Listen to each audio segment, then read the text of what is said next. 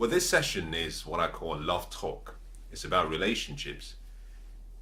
I have been asked a number of questions that have come true to me, so I thought perhaps I'll share some of my what I believe are my founding philosophies and principles about relationships, but specifically about the art of love, because love in itself is an art form.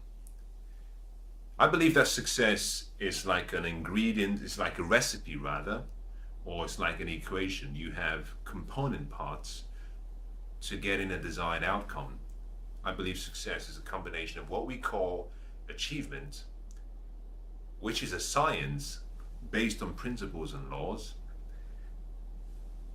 combined with what I call fulfillment, which in itself is an art form, and then combined finally with what I call lifestyle, which is an act, what you do. The science to success, which is about achieving, is quite easy. What that simply says is if you follow certain principles and you follow certain routines and you model people who've achieved success, then you get the same results. It's like cooking a dish, you get the same result. You know, nature, they say, is blind. Nature is neutral. Nature doesn't really care whether you're male or female, whether you're black or white, whether you're young or old, whether you're poor or you're wealthy. Nature says, I'm like a soil. If you put good seed, because I am good soil, I have to give you back a harvest. And that is really the science of success. Follow the same principles, apply the same principles in the right sequence, you get the same results as anyone who has achieved it. Like a combination lock. You put in the right numbers, in the right sequence, the lock opens. The art of fulfillment is slightly different, and that is because what we call fulfillment varies. It could be peace, it could be passion, it could be love, it could be, significance, it could be joy. And what brings us fulfillment differs amongst all of us. And therefore, what might fulfill me may not fulfill you because we're unique. And so you have to decide for yourself how you practice the art of fulfillment. Unlike the science, which follows specific routines, the art is tailored by the individual to suit their circumstances, and love falls within the art of fulfillment. And then the final one is about lifestyle, which is how you fashion for yourself the good life, how you fashion for yourself the life that you deserve, which is really about what you do with everything you've acquired. Now, we are talking about love. It's a love talk, which is an art form. So love is an art form. So I want to make you understand something before I start. And that is that what may have worked for me may not work for you. I'm just sharing with you some of my thoughts and my beliefs and my philosophies. And what is interesting is that as my level of wisdom increases, I get the opportunity to reassess my philosophies and my beliefs to see whether they are still correct or whether they need to be adjusted. So as we start, I want to say this. If you think you know it all, you don't. No one has all the answers, and that includes myself particularly. So I want you to listen to what I am about to share with you. You don't have to believe it. I want to even encourage you not to accept everything that I say to you. Take the information and study it, compare it against what other people within the same area of providing knowledge and personal development, and then decide for yourself what you think is right for you based on who you are, but more importantly, based on how you choose to practice your art. See yourself as like a child walking through a supermarket aisle, and there are so many shelves with so many items, and what I'm sharing with you are like items on a shelf. You don't have to take anything. It's all free, but you don't have to take anything. You can walk right out of the shop and take nothing. Now let's get right into it. Now the first and founding, and I'm talking really about this is about personal relationships. And my first and my founding belief from my experience, but also from my study of other people who have really lived what I would call to be an admirable lifestyle, intimate lifestyle as couples. What I've found from my experience and from other people's experience combined is that it doesn't take love to make a relationship work. That might sound a bit strange, but what you and I consider to be love is simply an emotion we feel within us. It's a feeling. We call that love. And you know the same way that I know that what we call love is a feeling that is generated by some of the chemicals that your brain releases. Your brain has a number of chemicals it produces. I'll give you a few just to make it put into context. We have endorphins, we have oxytocin, we have serotonin, we have cortisol, we have called serotonin, oxytocin, endorphins, and dopamine and serotonin. This is some of the chemicals that your brain will produce in response to various reactions. So what we call love, the emotion that we call love, the feeling that we call love, it's not something that is continuous. It has peaks and it drops. And in so many cases, we go through a phase when we meet someone and we go through what I call a love high, which is you're in that zone of your body constantly producing all of these chemicals that make you feel a feeling of endearment, a feeling of intimacy, a feeling of connection, a feeling of romance. All of that you call love. All of that we call love. And that's okay. But if you've studied relationships, both your relationships and if you've started relationships that have lasted 50, 60 years, you come to the quick conclusion that it doesn't take love to make a relationship work. My experience has shown that it takes wisdom to make a relationship work. And let me explain what I mean by that. Knowledge doesn't make a relationship work, because knowledge is simply you having the tools. Wisdom, on the other hand, is having the tools, but knowing what to do with the tools, how to use the tools, when to use the tools, why you have to use the tools, and even more importantly, when the tool has to be replaced. Anyone who has been in a long-term relationship and been married for a long time will say this to you, that it takes a lot more than love, because there are times when what you consider as the exciting love is not there.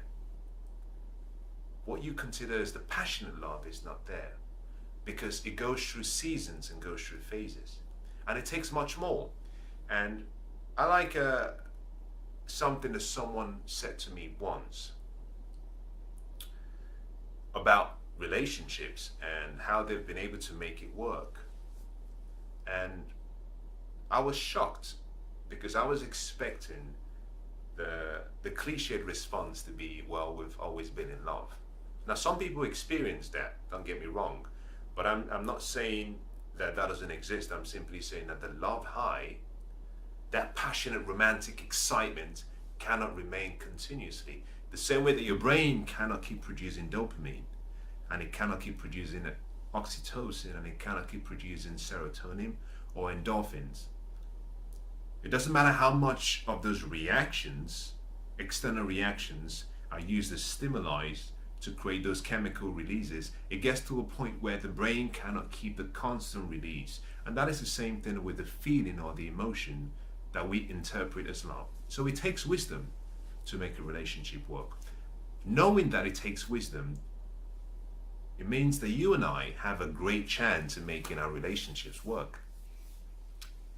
That means that we all have to invest our time to study people, to study the psychology of people, to study the physiology of people, to study the behavioral patterns of people, but more importantly, to study people who have succeeded in relationships and discern from their experiences what it really took, or what it takes, or what it will take to make a relationship work. And then with that knowledge, or wisdom combined with the emotion of feeling, you have a great chance at making your relationship work. So my founding, or one of my foundational philosophies, is simply that it doesn't take love. I need it, yes. You need it, yes. But to support that love feeling, to support that emotion, you need wisdom. Because wisdom is what will give you temperament. Wisdom is what will give you the patience to communicate in the right way. Wisdom will be what gives you the ability to understand the basic needs of your spouse or your partner or the relationship around you. Every one of us has what I call needs, basic needs. Interestingly, all of these needs are shared by various people around the world. We have all these needs. If you travel to Africa, if you travel to Asia, if you travel to America, if you travel to Europe, you discover something quite strange, but also quite liberating. And that is simply that although we are different in the colors of our skin and the way we think, we have basic needs that are consistent amongst all of us. The need to create, the need to grow, the need for fulfillment, for love, for happiness, for joy. We have the need to try new things, otherwise we get bored. We have the need to feel that something in our life will be there the next day. Some people call that certainty. We have basic needs, and wisdom is how you develop an understanding of all of these basic needs. And I'll talk about some of them perhaps later on, maybe not in this session. But it's interesting that what we call love between a man and a woman is interpreted, or we interpret it differently. What a man calls love is very different to what a woman calls love. Some people call that a love language, or some people call that love connection or understanding, but it varies. And I'm not going to give it away now, but it will surprise a lot of, and it does surprise a lot of ladies when I talk to a lot of my female friends, when I say to my female friends that men do not need love the way women give love. Is that what we call love is quite different to what we receive, or what women understand to be love. You know, the flowers, because we have a tendency, let me just say this before I move on quickly, is that we have a tendency to give love or express love the way we want to receive love. But that is not always smart and not always wise, because the person that is receiving the love has to receive what he wants or what she wants, not what you want to give. And just having that understanding is not something that you gain by feeling in love. It's something that you gain through study. It's something that you gain through wisdom. So wisdom, in my opinion, is one of the foundational pillars to what makes a relationship work. Love is a foundational pillar, but I believe that the foundational pillar of wisdom supports the foundational pillar of love rather than the other way around. Now, the second thing, I'm just going to talk about 4 or 5 different things and I'm going to stop. The second thing to bear in mind is somewhat controversial. And I want you to understand it from perhaps how I'm thinking about it. And I hope I put this across in a way that is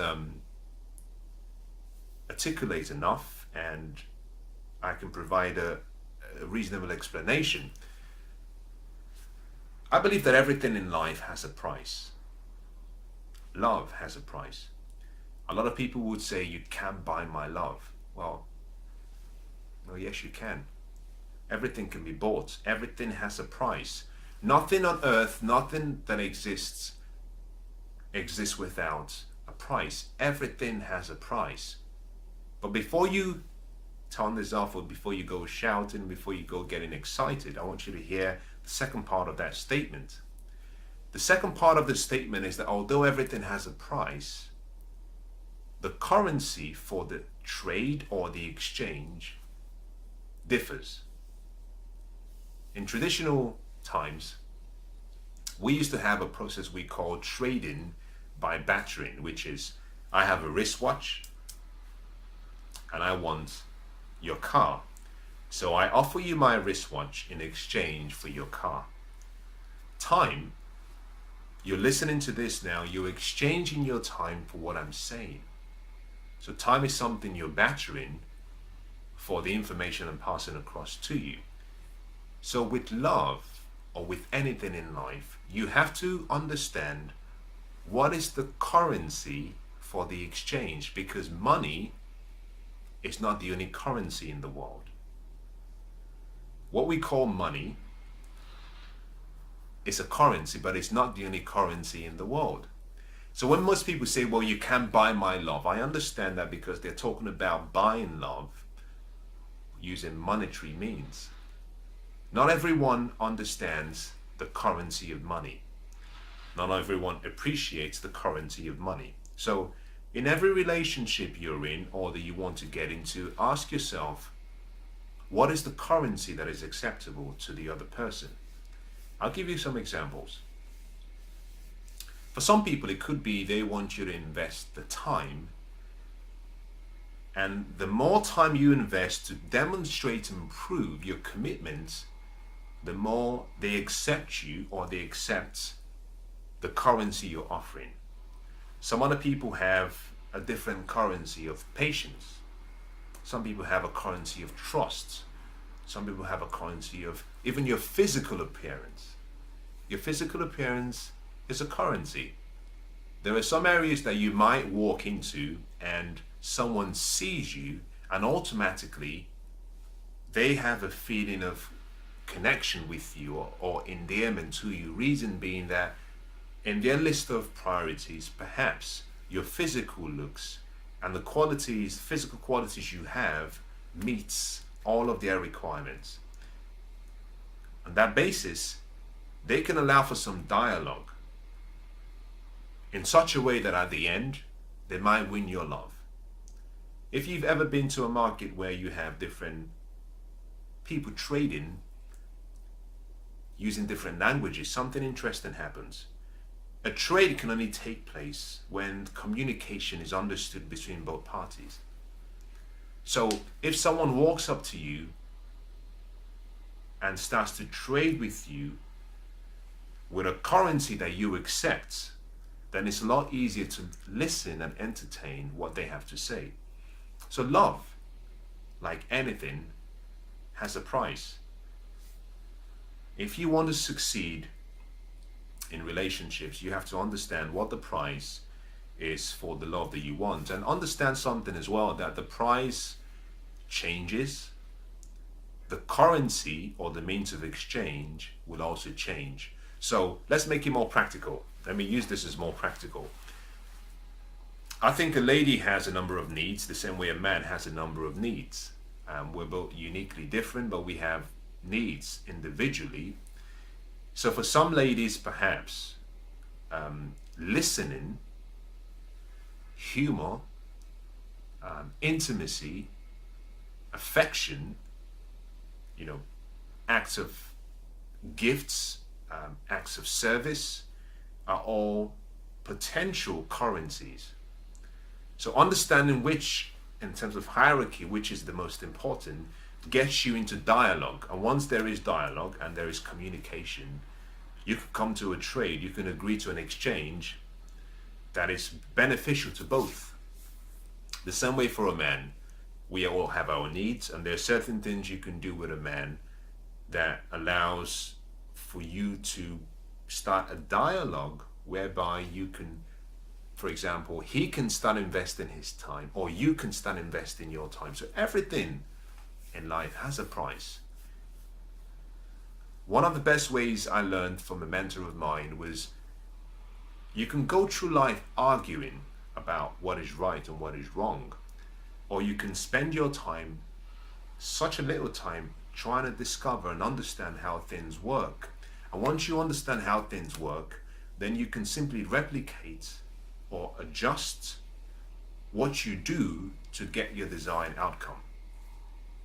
So let me summarize the last two. The first I started off by saying is that love is not always the key to making relationships work. Wisdom is, in my opinion, should be the foundation upon which love is mounted, because without wisdom, you don't even know how to use the love that you think you have, when to use it, and when to change your expectations to keep the relationship going. Now, the second thing I talked about next was, I said that everything, including love, has a price. Understand that from the point of view that money is not the only currency. Time, your patience, your smile. Someone's smile could be a currency. I love the way you smile. Someone's attitude, someone's passion, someone's focus, someone's level of integrity. Everyone has a means for communicating and exchange, and it's your responsibility to find out what that is. Now, the third principle I want to talk about is simply, you have to understand that in every relationship, there is a thin line. And I say this particularly for some of the young teens that have asked questions. So I want to say something to you from experience, and I hope this comes across the right way. Love and lust are two separate things. They're closely connected, but they're two separate things. For some people, you go from lust to love. For some people, you go from lust and you remain in lust. You cannot never go from love to lust. It doesn't work that way. You can, however, start with lust, and with time, your motives change and you may fall in love. In most cases, you stay in lust and you fall out of lust.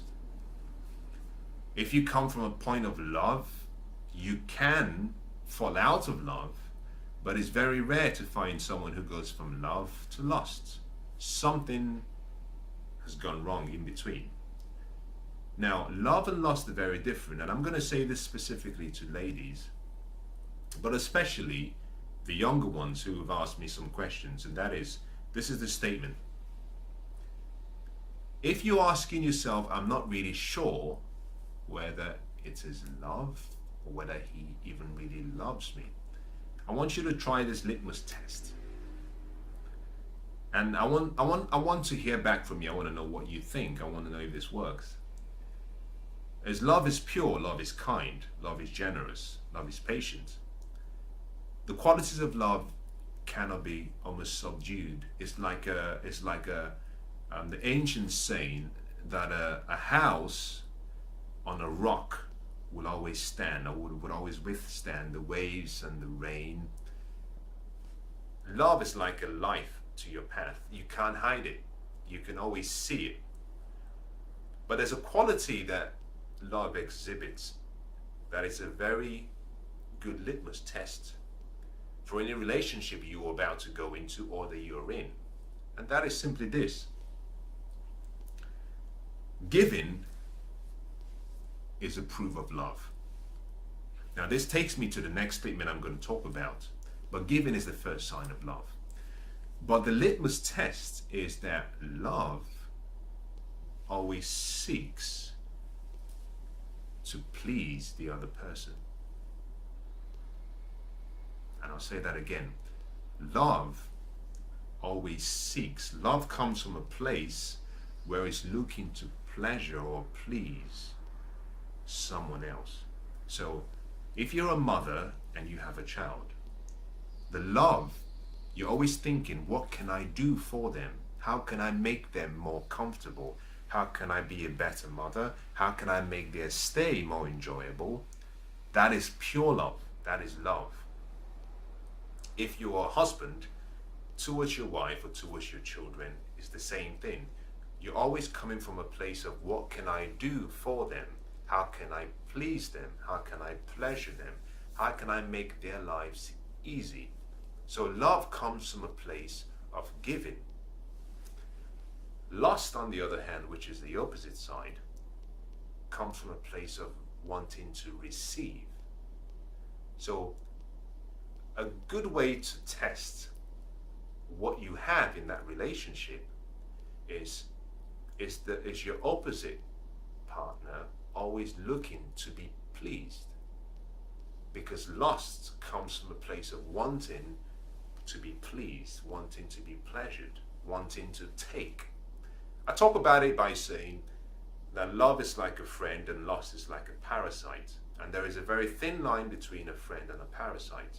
A friend is always looking, and a true friend is looking to give. What can I do? How can I lift you up? How can I help you reach your dreams and goals? How can I take away your pain? How can I take away your sorrow? How can I provide you with happiness and joy? A parasite, on the other hand, is always looking at what can I take? A parasite wants to keep sucking from you. A parasite is always looking to make withdrawals rather than deposits. So always ask yourself, is this what I'm receiving from my other partner or from the other person? Is it coming from a place of giving and wanting to please me? Or is it coming from a place of expectation and wanting to receive from me and wanting me to please them? And that is a litmus test. I would summarize it by saying simply that when you have love, you receive pleasure from someone else, you receive a level of endearment from someone else who, without even knowingly or intentionally trying, is always looking to find ways to please you. Lust, on the other hand, is when they're expecting you to do something for them, they're expecting to take from you, they're expecting you to do something for them. That is not love.